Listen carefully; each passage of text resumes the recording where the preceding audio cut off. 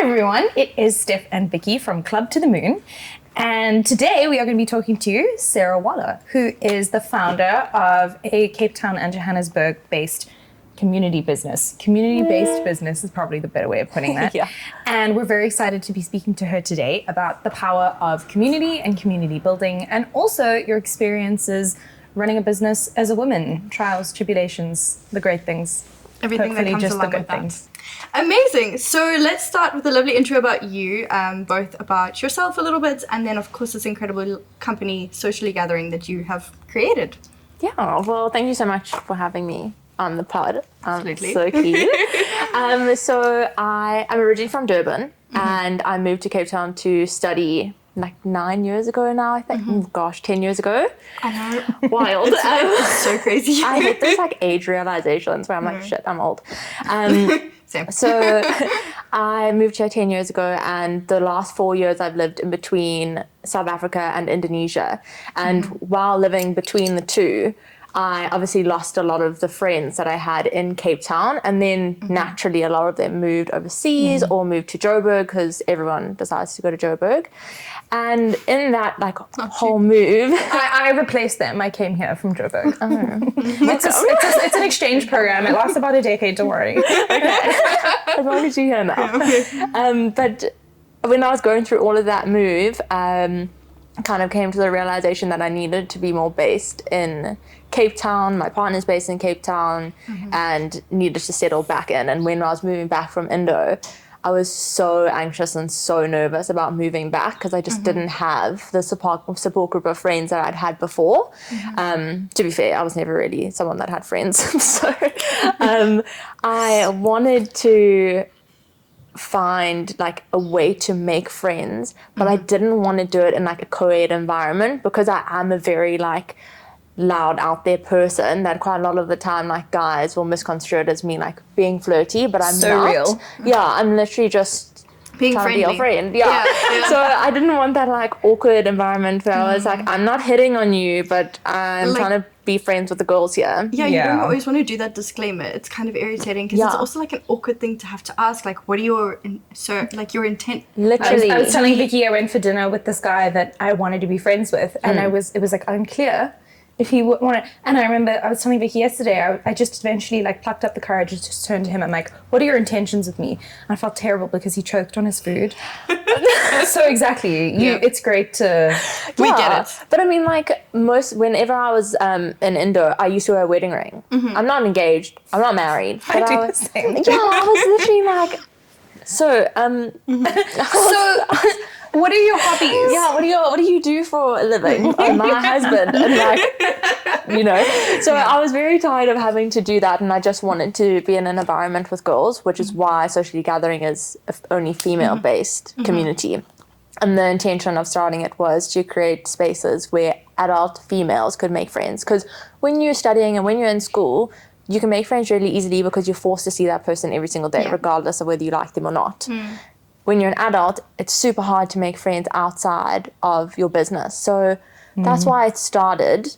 And from there, the demand was insane. Like, I can just imagine because like as soon as you move away from those like routine-based friendships, as you were just saying, it does become problematic, especially when there are so few spaces that actually cultivate friendship in the way that we're looking for it. And what I mean by that is an actual like depth of connection, not a superficial like throwaway kind of thing. And I'm not saying that every interaction has to be like that's what you're seeking, but there has to be some allowance for that to be able to take place. And I think that that's what it sounds like you've done so excellently with your business. yeah, so it was like, our kind of word of 2024 has been intention.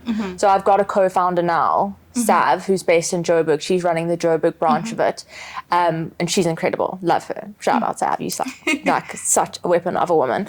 But she has really brought in this whole notion of being super intentional, and we try to drive that message through in all of our marketing and all the messages that we send out to our community. If you're coming to an event of ours, what is your intention for that event? Is your intention to just get out the house? Cool. Is your intention to make a friend, like a deep connection, like what you said? Is it to make a business connection? Like, why are you coming? Because if you're not coming to an event with a reason, then you're not going to get anything out of it. Do you interact with those people differently? Is that something that they almost have to set before your event, and that does that change their experience? Sometimes I interact with people separately, one-on-one. It's mainly people who are like introverted or they got social anxiety, and they'll reach out to us online, and then in that space then I'll talk to them and be like, okay, well, this is what we can do, we can help you out, like come a little bit early, we can introduce you to people. That's beautiful.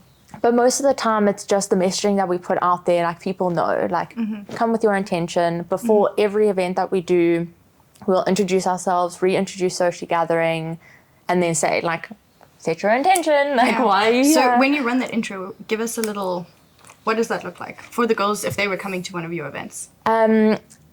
So we had an event this morning, and that event was called From Her to Her. So it was a business-based event, which falls under our She Means Business section of Social Gathering.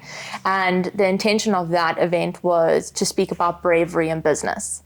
So when we introed that event, we gave the audience 5 minutes to sit and like think about themselves in a business position and what it means to them to be brave in business.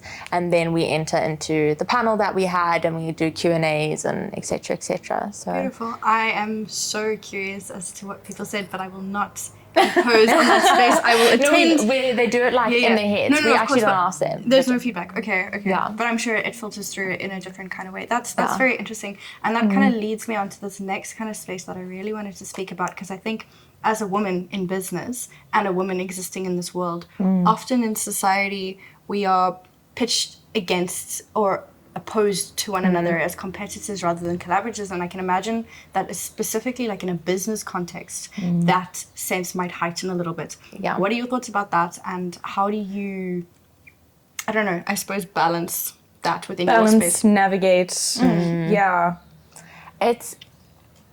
It's a big learning curve for me, like personally, because since starting Social Gathering, I've had quite a lot of people who have kind of used our platform to like benefit their own startup communities. Not us. No, not us. But so I've had to like sit with myself internally and be like, you know what, I can't flip and have a community that's going to benefit everyone on the planet. So like, there's going to be more and more communities. Like I've had to have my own like business growth in that, but with competitiveness within our community and like business owners being in the community, we're trying really hard to get the message across that, you know, empower one another. Like there's enough people on this planet for you both to be selling hair scrunchies or, you know, whatever it is. Like market saturation isn't going to hit just through one like version of that business. Literally, yeah. And it's like, it's your uniqueness that is going to sell your product, not like anything else. So yeah, no, absolutely. I mean, we had a thing a while ago where we can see that this girl was very intentionally copying to the moon, and it was kind of crazy. And then my friends were so beautiful with me. They like, take a step back. They're like, it doesn't matter what she does on the outside, because it's what you hold internally that makes it your thing that's special. 100%. And if you find a way to all work together with a woman around you and find that support, like my friends support me in that way, or you support each other in like this kind of interaction or whatever it is, like it's just a mechanism for growth. Like that's all it is. We're not doing it. I find it weird though that like you have to find like the boundary between like stepping back and being like, cool, you can do it, and then like now you're taking the piss. Like, so what's an example of that, would you say?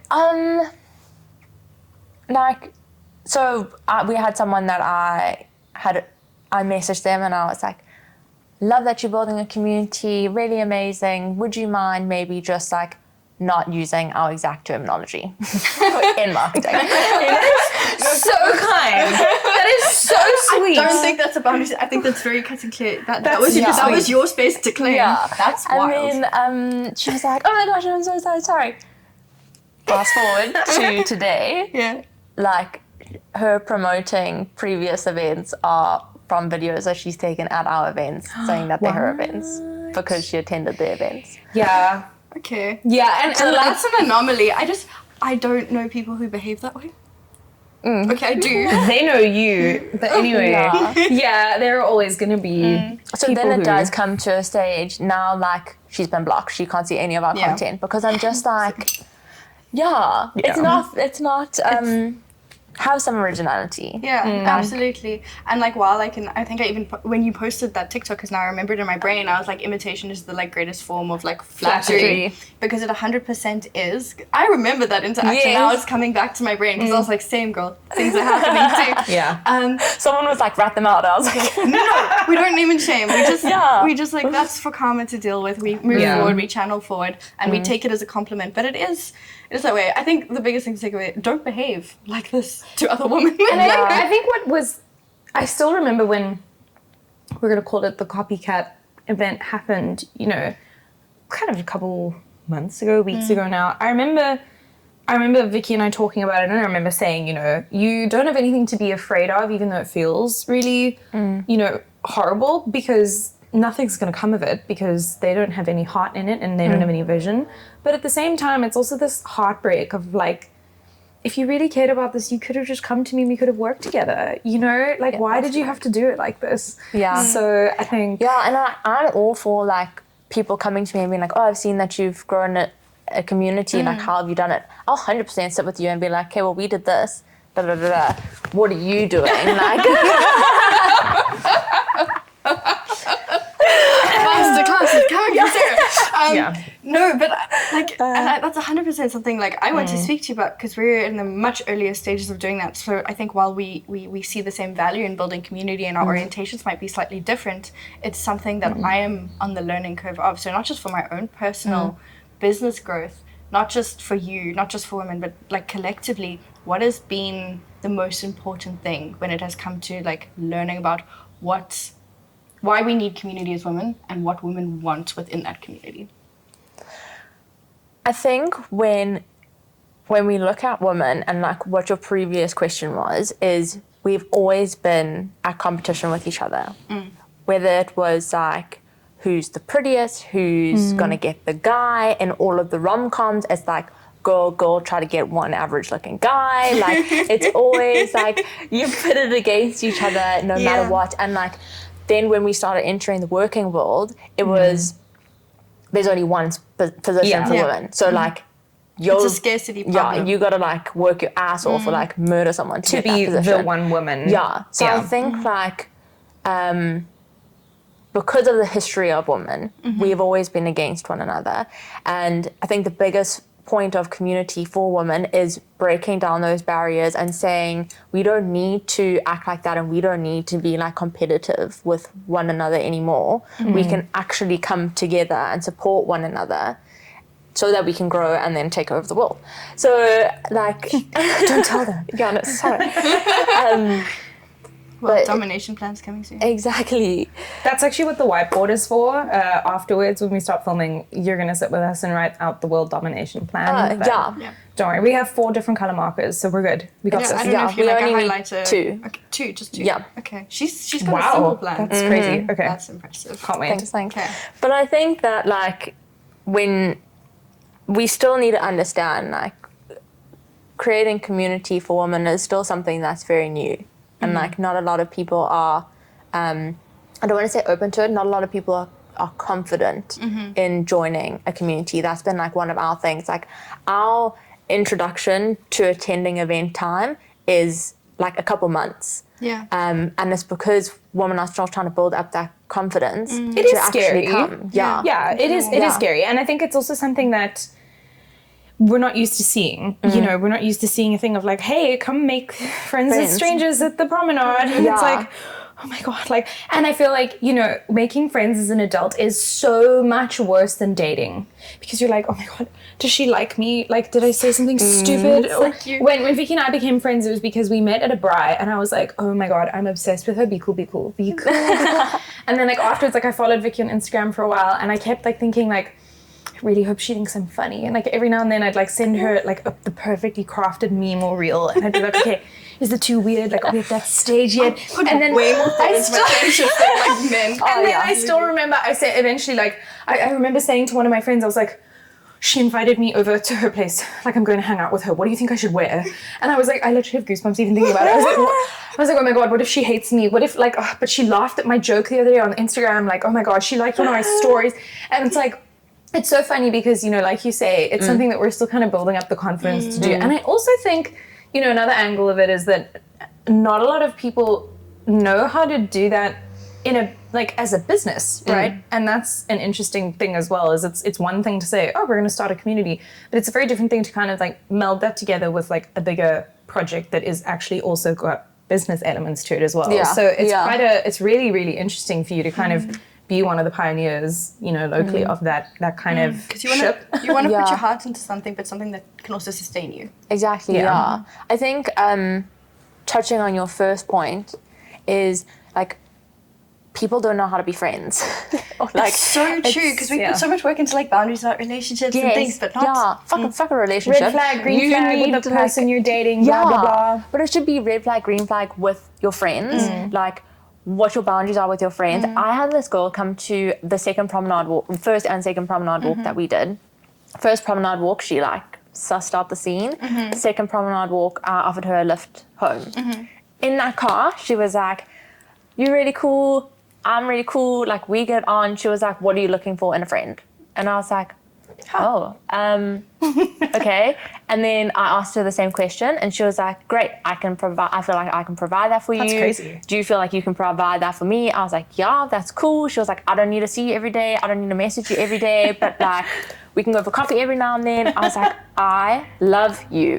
Like, that's incredible. Like, just setting that from So I think that's just something we should all like institute. I think we kind of did this in a little bit, and I do it with my friends. The first night that I ever spent time with you. Not like that, on other things, but we did some like boundary setting in it, and it's so true, and it is unique and rare for people to behave that way. Because as you said, it's like a systemic thing, and I think it comes like, just to go all the way back, because I wanted to say this a little bit ago, but it's like when you were talking about how we've been crafted as women systemically to be this way. If you think about it from like an evolutionary standpoint, if you are trying to think about us as a species trying to reproduce, of course it would be like the competition to like, you know, to mate with the right person to like further the like gene pool, whatever you're up to. So I suppose like ingrained back to that point, and that's what we're trying to undo. And what you're saying, I think, in a way, is like being a good friend and doing it correctly is like the way that we can start to undo that, because it isn't the best version of us in society. So what would you characterize as a good friend? What do you think that the necessary boundaries are for friend boundary setting? Well, I think it obviously changes for like everyone. For me, it's changed within the last year. So like, from when I didn't have friends to now managing a community and having found like friends in that community, my values have definitely shifted, and they've also shifted because like of my time that I have. My thing is that if we've connected, if we've engaged, I don't need to speak to you all the time. So like, someone just needs to be conscious that I am there for you no matter what. If you phone me at 3:00 in the morning and I'm awake by some miracle, I will come and help you do whatever it is that needs to be done. But I'm not necessarily going to be able to answer your text like every day about how you had a chai latte. I'm there for you when you need it. Intentional. But I can't be there for you like every 5 seconds. So that's an understanding that I need. Also, it's just like really overwhelming. Like, I'm like, social battery conservation. Exactly. Honesty is a huge thing for me in friendship, and not necessarily like honesty for like if you think I look nice, but honesty in if I say to you, "Do you want to go watch the rugby tonight?" and you are tired, then you're like, "I'm tired." Not like, "Oh, I got plans with my dad." No, just be like, I'm tired. I don't feel like it. I'm not going to get offended. So that's another one. And this is like a very different one. I don't think many people have it, but I like support in a friendship. Like, if you're doing something, if you guys started a podcast, I, as your friend, want to be like, "Good luck with filming today." Like, Good luck. You're going to kill it. A number one, like, hype woman. Like, it's so true because Yeah. my friends can be doing whatever. Like, one of my best friends, T, she does cosplay. I've never cosplayed in my entire life, but you bet that if she's cosplaying, I'm there in it. Yeah. Some kind of adjacent character, like, making sure her makeup look good, she's there. And 100% for me, support is a huge thing. I actually want to ask you, why do you think that is a rare trait? Because I agree with you fundamentally, like, that is important. I think that is because people are so busy in their own lives that they don't, like, sometimes they just don't acknowledge what's happening with other people. And I don't know. Do you think it's like for me, it's like a friendship love language, you know? Yeah. It's like for me, it's like the consideration side of that, you know? Or words of affirmation, something around there. Maybe we need to get like 5 friendship love languages specific. I don't know. I also think, and I'm kind of curious to hear from you as well, you know, I think because a lot of people are not used to being in community, then, you know, they do have this expectation of being friends of like, but this is your business, Vicky. Why do I need to be there? It's your work, not your personal life. But that's also a woman thing, where we don't celebrate our wins in business. Well, we don't celebrate our wins in That's general. also true. So I was going to say, like, now kind of having this community, have you seen shifts around that kind of attitude or habit almost? Yeah, I mean, definitely in myself, but then also like in community members as well. There is a lot of support and coming together. I think more so in group settings. I'm not too aware of like one-on-ones. People kind of take like pride in those personally. I know that there have been some people who have like become roommates because of it, or they've started a business together. So but like, what are you talking about? My brain just went like so dumb. Don't look at me like that. My brain literally just went. Where are the jelly babies? No, okay, yes, I remember. Wow. I was talking about. Listen, me too. It's funny how it always happens at the same time. You know, like this thing of not showing up to support each other in whatever it is you're pursuing outside of your social space. Yeah. And kind of, have you seen a shift kind of through your community away from that amnesia or disconnect from, you know, social and professional almost? It's something that we have to work on a lot. Like a lot of people say to us, they're like, oh, I met Vicky at a walk, but I'm too nervous to message her. I'm like, okay, let me message her for you. That's you're like the matchmaker of friends. I swear. Who needs Tinder? There's Bumble for friends. Bumble BFF. Yeah. So why do you think that, and this is like a super leading question for you to just basically brag, because I know the answer to some extent, but I mean, why does Bumble for Friends not really work, but what you do does work? So Bumble BFF works internationally. Okay. Like, I've used it when I've traveled. Interesting. And I think that the reason why it works well internationally, or it probably works well here, but for internationals, is because like I was going for like 6 months and I was like, I don't need a long time life buddy. I just need someone to come and drink with me. So like Bumble BFF, I used to get like 5 girls to come to the same spot and we would just like go and have fun. That's amazing. You are a natural born like community maker, like within yourself then. That's incredible as someone who says like you're not someone who had many friends like at some point and you had anxiety around that, when it seems like an innate talent of I think yours. it was more like I had friends, but I never had friends. I get you. There's a huge difference. So I was always on the outskirts of everything. And I think it's like something we were talking about yesterday as well, is it's like the thing that we channel most is what's lacking in our lives. And it sounds like you've been like, this is something I really fucking need, and therefore I'm going to do everything in my power to create. Yeah, it's kind of a gift that you almost had to learn how to do it on purpose in a way so that you could teach other people how to do it. Yeah. I mean, it definitely, like, when I look back, when I started first posting TikTok videos, because it all started because I posted a TikTok video. Bloody app. What was the TikTok video? Hers was about checkers. I'm just about to tell you not to say it. I'm so intrigued now. We're going to talk about it off camera. I'm going to have a heart attack if I talk about accidentally going viral on TikTok, but please go on. I'm so excited. My brain is like, what is it? No, I literally just posted a video that said, I've got no friends. If you want to come be my friend, let's go walk on the promenade. That's so brave. That's what I thought. That's so brave. That is courageous. I don't know who the F that was. It wasn't me. Follicular. On your follicular. No, don't worry. Follicular. You were full on ovulating. But I'm joking. Don't tell people they're ovulating.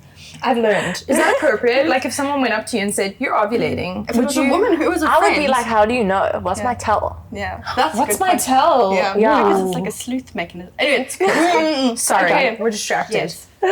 Back to the point. So you started, the first thing you did was post your TikTok video and it grew from...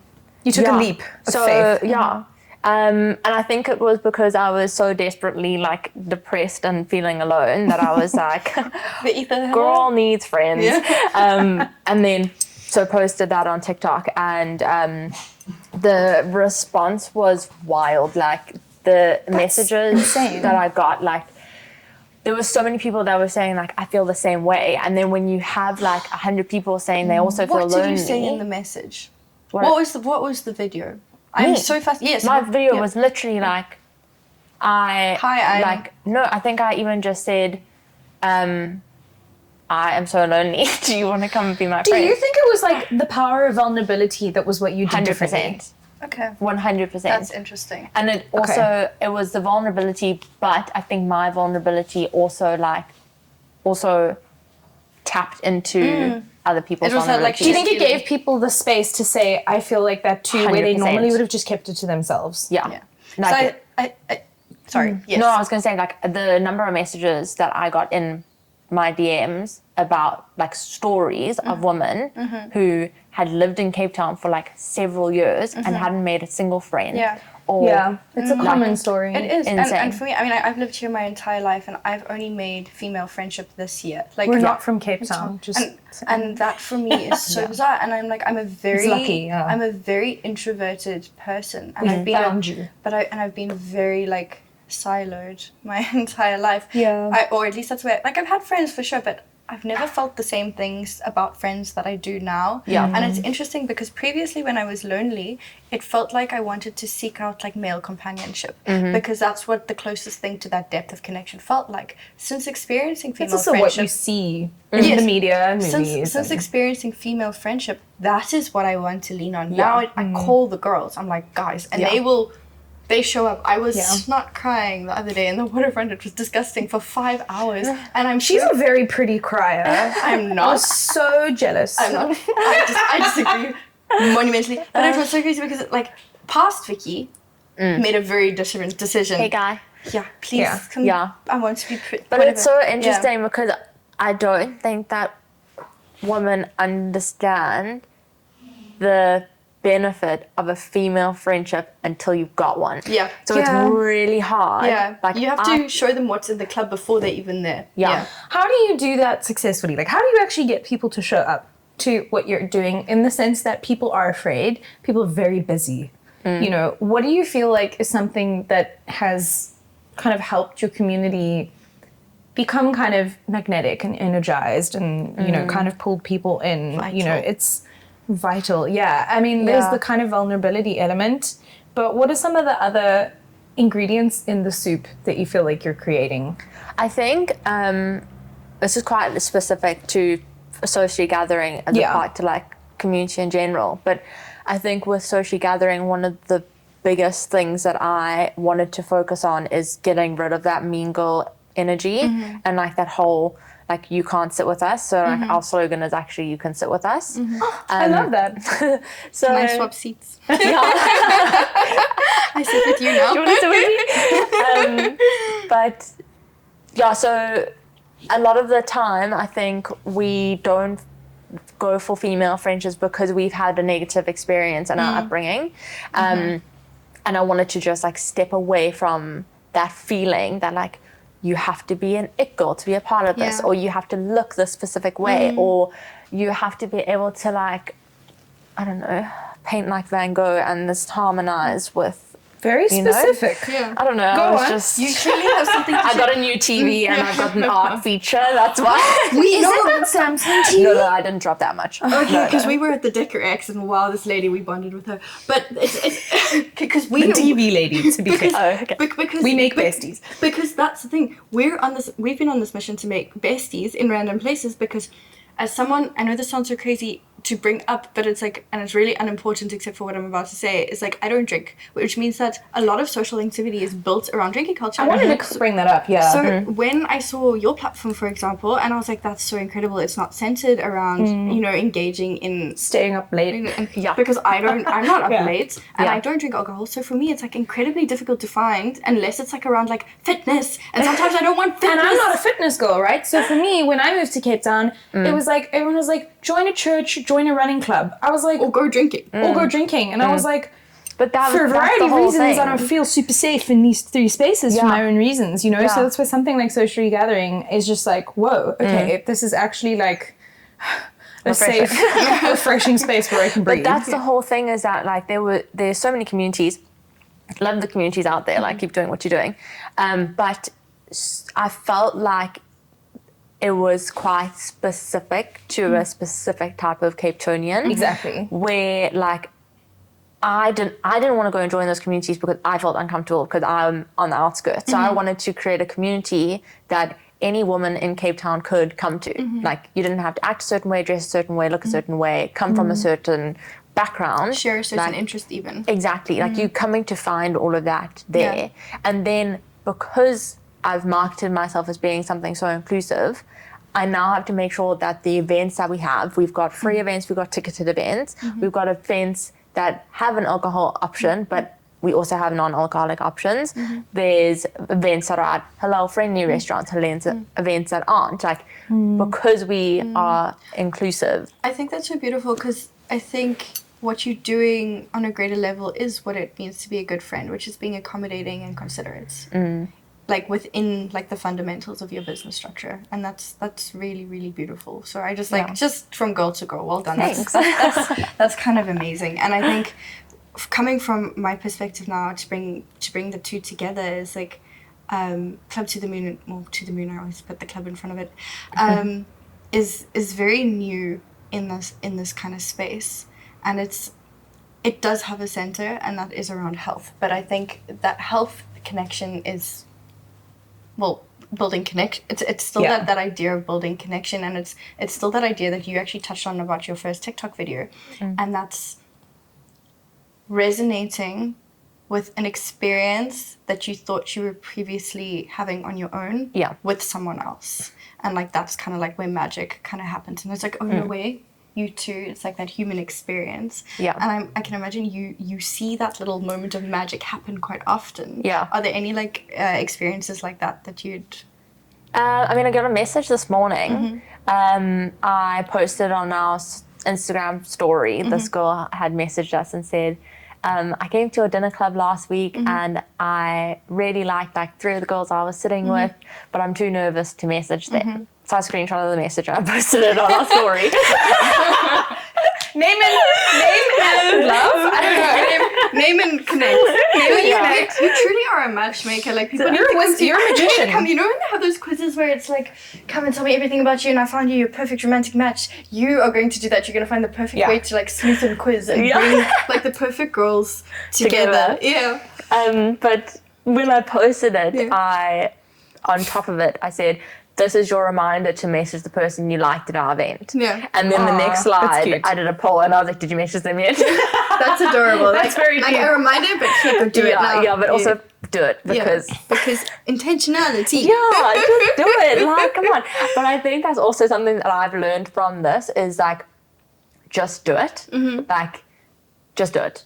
Honestly. Like, if I hadn't posted that one silly little TikTok where, in all honesty, I feel like I was feeling a little bit sorry for myself and I was like, shame, she doesn't have friends. Let's see if anyone wants to walk on the promenade with her. Well, it turns out they did. So just message the person you want to message. Yeah, because and it's interesting bringing it back to this like dynamic contrast between like relationships and then versus platonic friendships, and that's like we aren't often put in that position as women where we're the one making the call on messaging. You normally like sit there and you're like, I wonder if they'll contact me. And then when you have to try and make friends, you have to be like, wait, we're not practiced in it. You're basically. like, what pickup line do I use now? Exactly. Like, hey girl, nice lip gloss. Exactly. Yeah. I can't remember what I complimented of Vicky. I feel like I complimented everything. I feel like I walked through your apartment and I was like, I love your desk. I love your bed. I love you. Do you want to go for dinner and then stay with me forever? And now we're like literally like we're like this, you know, and it's like it's the thing is that it's so different from like a normal relationship. Absolutely. And I think that the thing to like note as well is like just do it, but also the awareness that friendship isn't something that just happens either, because the other side of it is like friendship love bombing, which is so crazy because that's intense as well, right? So friendships take time, like a relationship, to form and grow and deepen. And the idea that you're going to meet someone and have already an established friendship, I think, is also an expectation that people, that were like, oh, well, we're girls, we must be immediately, did it. Yeah. But and that can be kind of crazy too. That's almost like the toxic side of, I don't want to say the toxic side of like girls girl, but I almost feel like there is this kind of misunderstanding of what it is to be girls together, is this attitude of like, oh my gosh, now we're best friends, we're gonna agree on everything, we're right about everything's great, we get along, oh my gosh, sister queen. And it's like, whoa, I actually don't know you, you're not allowed in my house, take a step back, let's get to know each other slower, and you know. because you ignore the beauty of like getting there and like the dynamic and complexity of that person if you just automatically assume we're actually human beings before we're women. Yes. Yeah. You know, It's also like, I think what's so unique with our situation is that the women that are in our community are so different, like very different. Maybe we'll have like one or two similarities. that's interesting. But it's almost like it's a buffer to that, because you're now putting yourself into a situation where you're meeting like someone so polar opposite to you, but you've got a common connection of living in Cape Town, wanting to make friends. And then it forms out of that, and it's not like, that's incredible. it's not like we've met at this very specific makeup event because we both like makeup, and now we're going to go hard on the fact that we both like makeup. The thing is the desire for connection. So it's not, And that's like that's a much more long-lasting foundation to build something on than a one very specific shared interest or hobby or activity. Yeah, because you really don't have to interesting. hyperfixate on like one thing. No, I know what you mean. I think the other thing that I wanted to bring it back to, and it's like something you actually said earlier, it's like something we're relearning to do. Whereas I think I don't fundamentally agree with that women are always been bad at community, because there's the other side of that, right? Where we are the village, we are the community, we are the like homemaker, like, you know. With that in mind, I think it's almost like we're relearning. Do you know? It's not like reconfiguring. We're redefining what that means. Like we're coming back around and finding that. And I think placing curated spaces such as Socially Gathering or Newly Founded To the Moon does that for women already. It's like, hey, you want this thing that you used to have, like long time, we're actually fundamentally great at it as women. Like, here you go, we create the space. You just have to come and engage, populate it, bring life to it, you know, like exactly like that. If you had to restart Socially Gathering now, what would be would be that thing that would bring down women's walls to bring them into that space and show them that relearning that is so powerful and also easy? It's not as scary as it seems. I don't necessarily think that I have, like, to be quite honest, I don't think that I would change anything to like showcase that, because like our community went from 0 to 1,500 people in 2 weeks. So like I don't want any more. Like if I think back at it, I'm like, okay, was it literally 2 weeks? Yeah, in 2 weeks we maxed out the WhatsApp group and then had to move to Telegram. How did you? What? See, the thing, it is a WhatsApp group thing, because South Africans love a WhatsApp group. I know. We moved our load shedding schedule is decided on a WhatsApp group, because this is what we've been fighting with, because I have like an external platform and I keep on being like, download the app, and people are like, WhatsApp, and I'm like, WhatsApp. And because it's there. Yeah. Like, but it's also like, I couldn't have it on WhatsApp because my phone would literally freeze. Yeah. So then we moved to Telegram, and then they were like, we hate Telegram. And I was like, okay, back to WhatsApp. But now you have like chat hours. Yeah. So it only opens for a certain number of hours on a Sunday for you to like have a broad chat. Otherwise, it's just like making plans. But so I wouldn't change anything from that aspect of it because it grew like pretty quickly. But I would say that one thing that I would have changed when starting Socio Gathering was backing myself that it would be something, because I was just doing it because I wanted to have friends. I wasn't doing it for a business purpose. That came later. Yeah. That came when I was like, what do I do with all you guys? Like, so that's actually something I wanted to also just circle back to ask about is I am not a woman in business. You're a woman in academia. I'm a woman in other spaces, but it means that as an observer of Vicky, I feel like I'm watching someone go through the trials and tribulations of being a woman in business, and there's so many gifts, but there's also a lot of unique challenges. And I guess I want to know kind of from you what has been a silver line. Asking for a friend. You know, what was a challenge and how did you overcome it? But also, what are the awesome things about being a woman in business in particular? I feel like the biggest like silver lining, if you've got a community, is that it's super rewarding to see how it positively impacts people. Yes. It's beautiful. So I think when you're coming into a community, like if you're a community manager in any form, like that has almost got to be your driving force.